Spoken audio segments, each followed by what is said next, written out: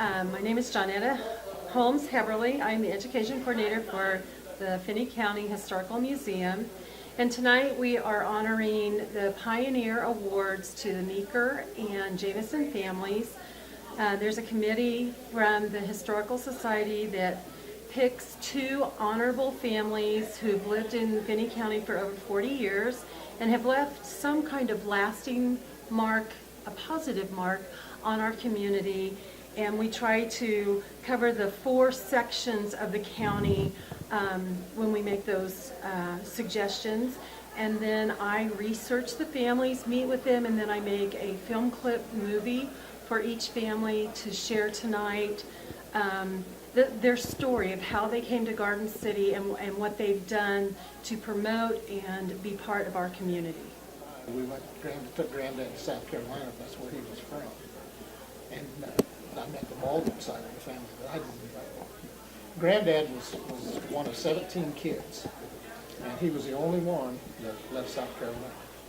And the story I got from my dad, that he worked for a company that built cotton gins.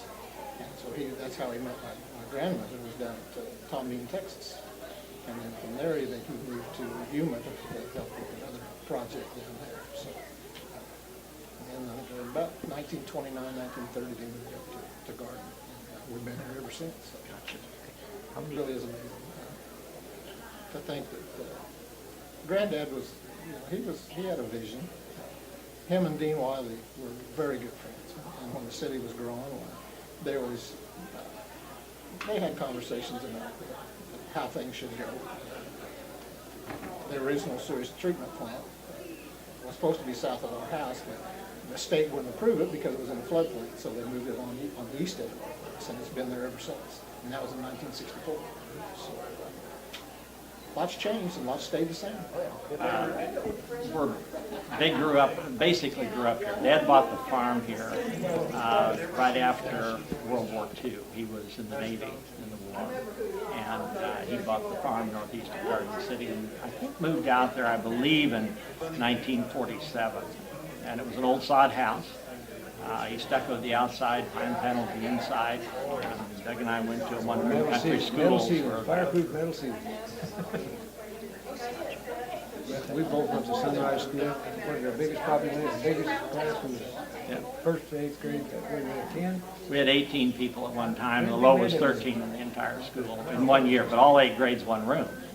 And my second grade year, we went uptown. We got indoor restrooms. So. Okay. All wheat effects on some models later on, mainly wheat. It was too dry. Back then, a 15, 20 bushel acre crop was considered pretty darn good. Now, I hardly was cutting. He farmed with Caterpillars tractors. Yes, Yep. Caterpillar tractors, because unlike the wheel tractors, they don't pack the ground. They spread that weight over a long area, and so and that's important when you're trying to grow crops. You start to get packed areas and loose areas.